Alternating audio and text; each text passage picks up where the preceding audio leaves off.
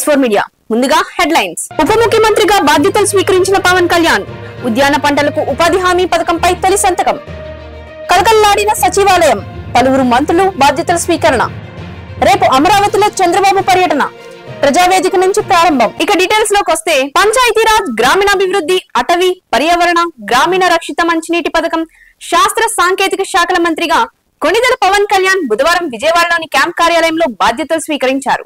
Party కార్యాలయం నుంచి నేరుగా క్యాంప్ కార్యాలయానికి చేరుకోగా అక్కడ వేద పండితులు పూర్ణ కుంభంతో స్వాగతం పలికారు. మంత్రులు, పార్టీ ఎమ్మెల్యేలు, అధికారులు, పార్టీ నాయకులు ఆయన వెంట రాగా కార్యాలయంలో కలియుగ దైవం శ్రీ వెంకటేశ్వర స్వామికి ప్రత్యేక పూజలు చేసి పండితులు ఆశీర్వచనం తీసుకున్న అనంతరం బాధ్యతలు స్వీకరిస్తూ సంతకం చేశారు. ఉద్యాన పంటలకు ఉపాధి హామీ పథకాన్ని అనుసంధానం చేసే ఫైల్ మీద తొలి సంతకం చేశారు. రెండో సంతకం గిరిజన గ్రామాల్లో పంచాయతీ భవనాల నిర్మాణం కోసం చేశారు. PR&RD ముఖ్య కార్యదర్శి శశిభూషణ్ కుమార్, కమిషనర్ కన్నబాబు, అటవీ శాఖ PCCF చిరంజీవి చౌదరి, ఇతర ఉన్నతాధికారులు ఈ కార్యక్రమంలో పాల్గొన్నారు. పార్టీ ప్రధాన కార్యదర్శి నాగబాబు ఆయన వెంట ఉన్నారు.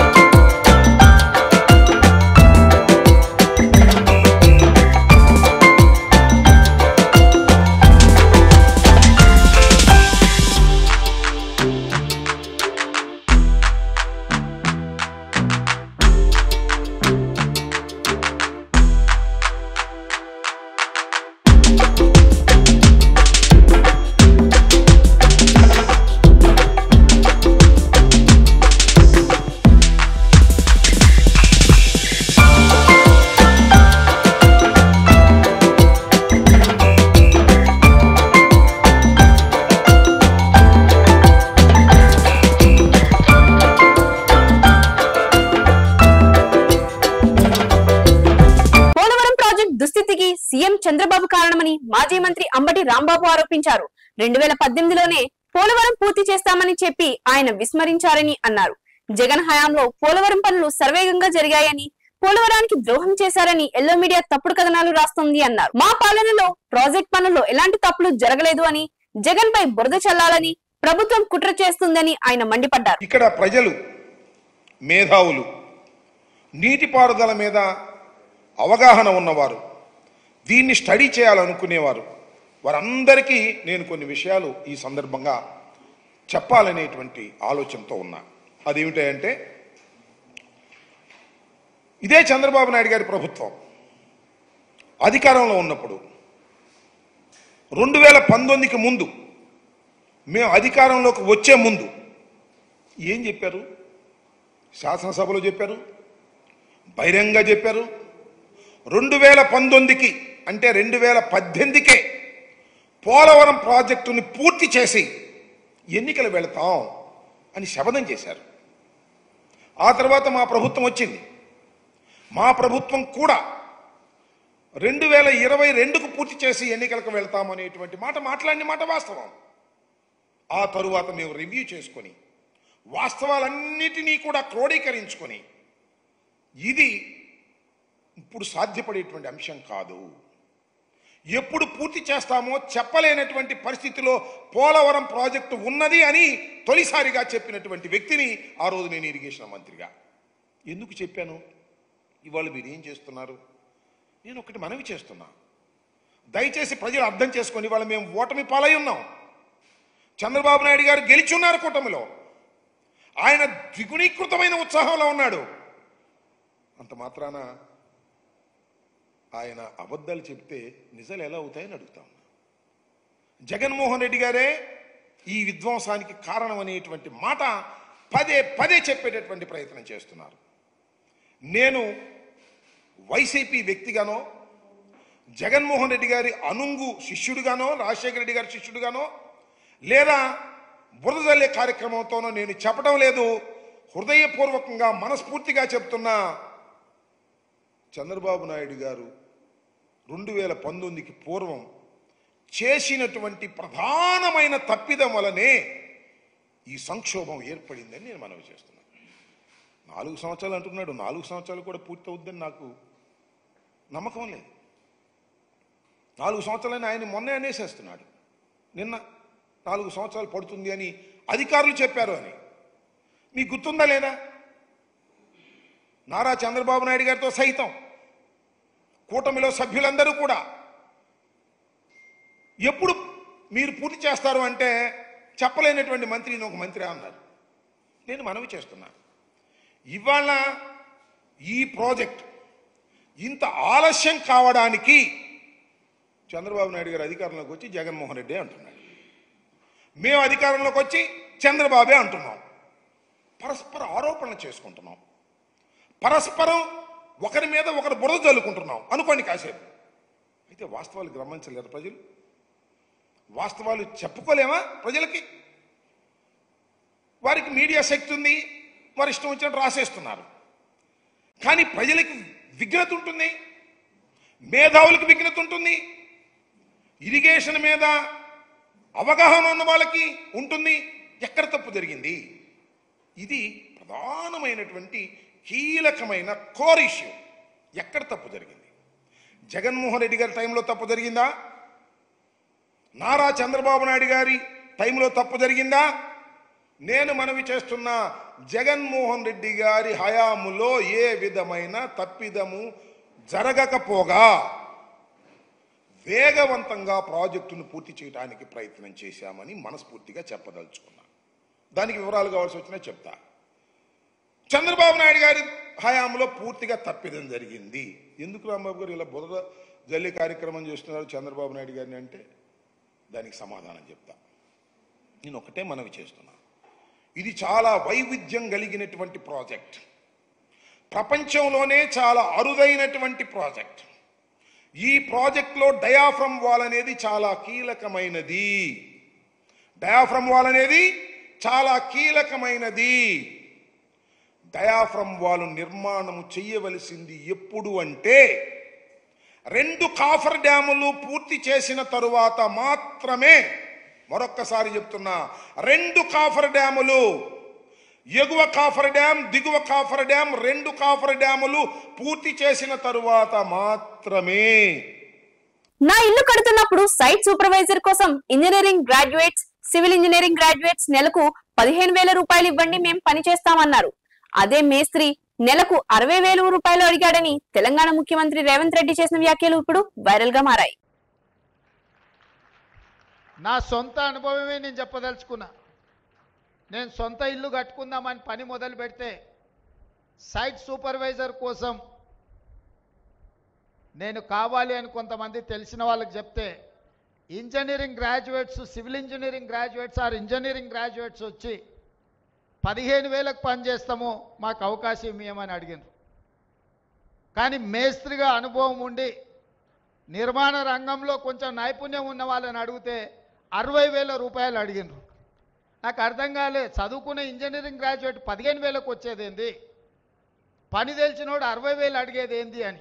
పల్నాడు జిల్లా సత్తెనపల్లి నియోజకవర్గం రాజుపాలెం మండలం పెద్దనెమలి గ్రామం వద్ద ఆయిల్ ట్యాంక్ బోల్తా పడిన సంఘటన బుధవారం చోటు చేసుకుంది. ప్రజలు ఆయిల్ కోసం ఎగబడ్డారు. కిలోమీటర్ల మేరకు ట్రాఫిక్ జామ్ అయ్యింది.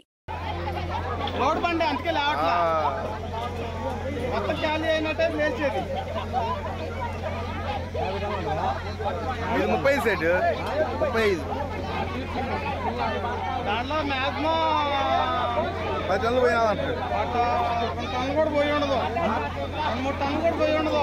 ఏంది 10 పోయిందంట, ఇప్పుడు చెప్తే వెళ్ళదా? తొందర చేసి వేసుకుంటే మనం ఏం చేస్తాం, లావదా?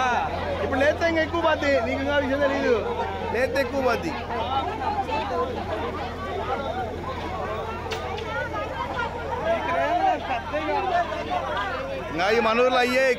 పోలవరం నివాసితులకు చెల్లించాల్సిన బకాయిల మొత్తాన్ని విడుదల చేసేలా కేంద్రంపై ఒత్తిడి తీసుకురావాలని సిపిఐ రాష్ట్ర కార్యదర్శి కె రామకృష్ణ కోరారు. ముఖ్యమంత్రిగా బాధ్యతలు స్వీకరించిన చంద్రబాబు నాయుడు పోలవరం ప్రాజెక్ట్ సందర్శించి అక్కడ లోపాలను బయటపెట్టడం అభినందనీయమని అన్నారు. ప్రాజెక్ట్ పూర్తి చేసే బాధ్యత కేంద్ర ప్రభుత్వానిదేనని, దానికి అయ్యే ఖర్చును ప్రభుత్వం నుంచి రాబట్టేలా ప్రయత్నించాలని కోరారు. ముఖ్యమంత్రి చంద్రబాబు నాయుడు గారు అధికారాన్ని చేపట్టిన వెంటనే పోలవరం ప్రాజెక్టును సందర్శించడము, దానిపైన శ్రద్ధ వహించడము చాలా సంతోషము, అందరూ కూడా అభినందిస్తూ ఉన్నాము. కానీ ఈ పోలవరం ప్రాజెక్టు విషయంలో అటు వైఎస్ఆర్ కాంగ్రెస్ పార్టీ, ఇటు తెలుగుదేశం పార్టీ ఒకరినొకరు విమర్శించుకోవడం కానీ, ఇవాళ అది జాతీయ ప్రాజెక్టుగా ఉంది కాబట్టి కేంద్ర ప్రభుత్వం దగ్గర నిధులు తెచ్చి దాన్ని కంప్లీట్ చేసుకుంటే బాగుంటుందని చెప్పి మేము మనవి చేస్తూ ఉన్నాం. ఎందుకంటే సహజంగా ఒక పెద్ద ప్రాజెక్ట్ నిర్మించాలనుకున్నప్పుడు కొన్ని పొరపాట్లు జరుగుతాయి, కొన్ని లోటుపాట్లు ఉంటాయి, వాటన్నిటి కూడా చక్కదిద్దుకోవాలి.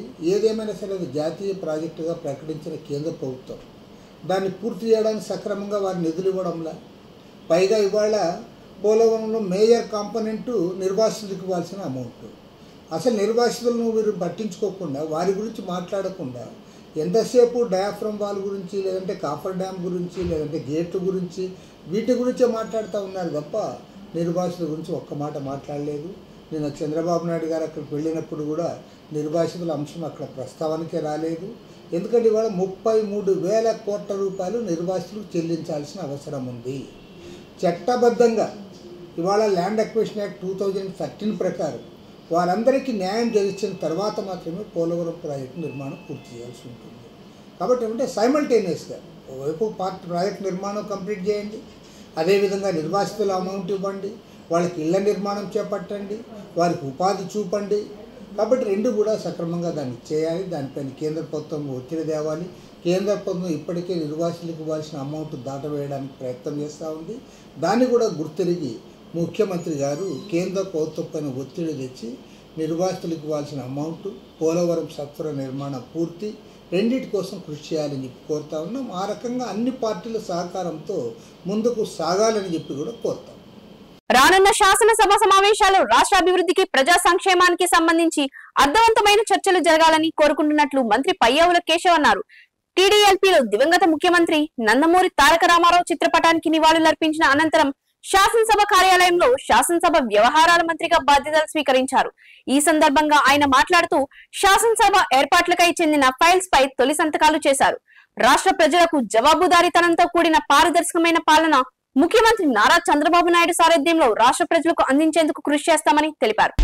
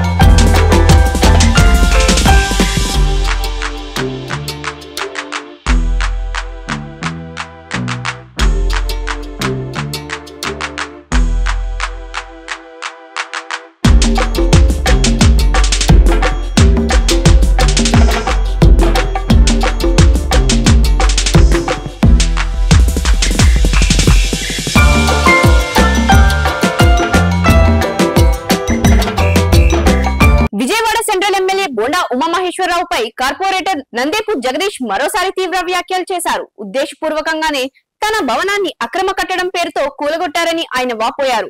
2014 నుంచి తెలుగుదేశం పార్టీకే తాను పనిచేస్తున్నానని, ఆ సమయంలో ఎమ్మెల్యేగా ఉన్న బోండా ఉమా అనేక అక్రమాలకు పాల్పడినట్టు తన దగ్గర ఆధారాలు కూడా ఉన్నాయన్నారు.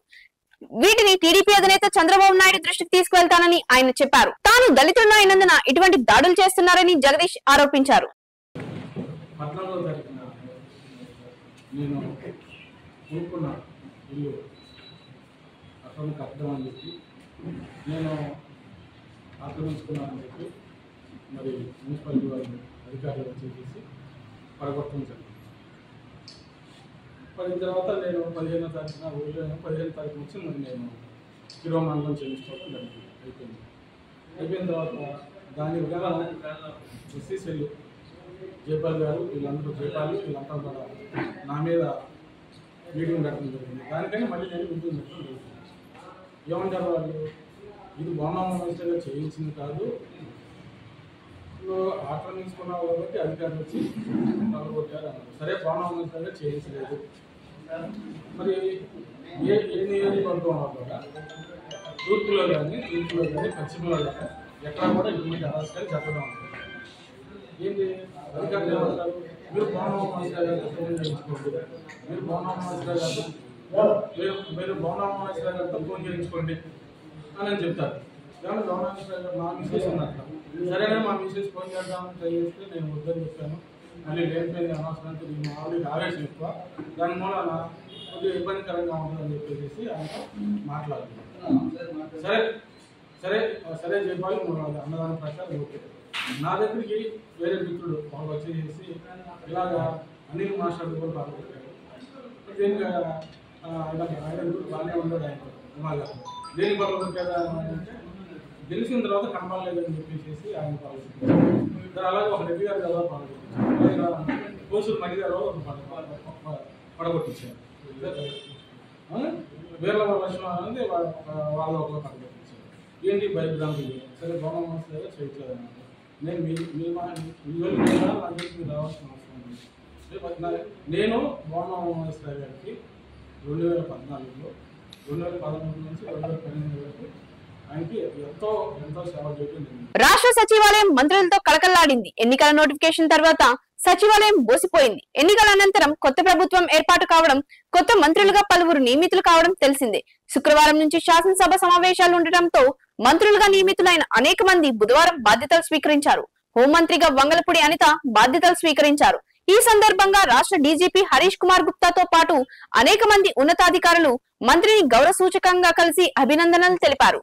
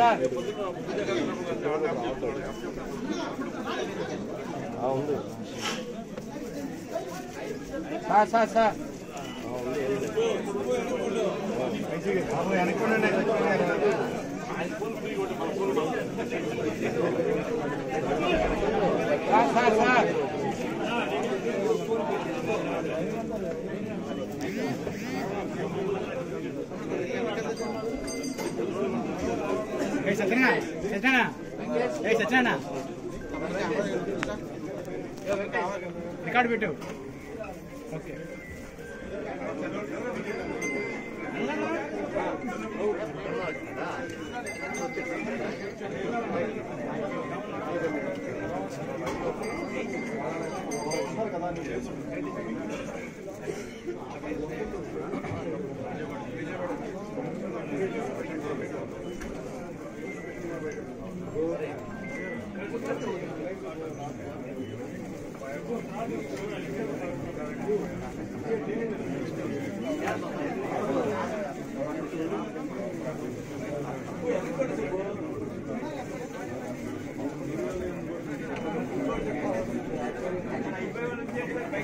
అమరావతి రాజధాని ప్రాంతంలో గురువారం ముఖ్యమంత్రి నారా చంద్రబాబు నాయుడు పర్యటించనున్నారు.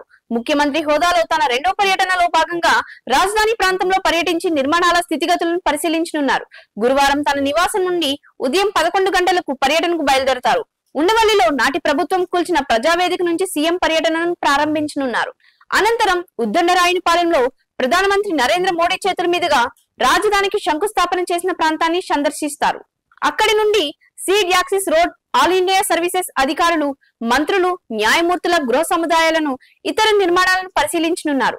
ఐకానిక్ భవనాల నిర్మాణాల కోసం నాడు పనులు మొదలుపెట్టిన సైట్లను కూడా సీఎం చంద్రబాబు నాయుడు పరిశీలించనున్నారు. పర్యటన అనంతరం చంద్రబాబు నాయుడు మీడియాతో మాట్లాడతారు.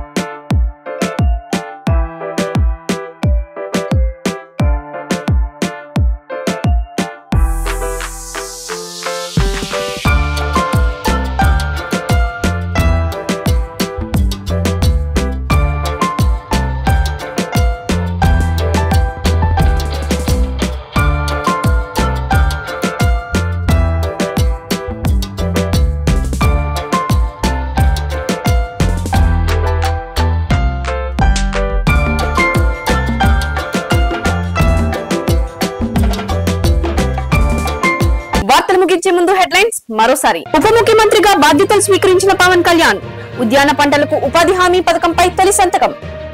కలకల్లాడిన సచివాలయం, పలువురు మంత్రులు బాధ్యతల స్వీకరణ. రేపు అమరావతిలో చంద్రబాబు పర్యటన, ప్రజావేదిక నుంచి ప్రారంభం. ఈ వార్తలు ఇంతటితో సమాప్తం. నమస్కారం. తిరిగి రేపటి బులెటిన్లో మళ్ళీ కలుద్దాం.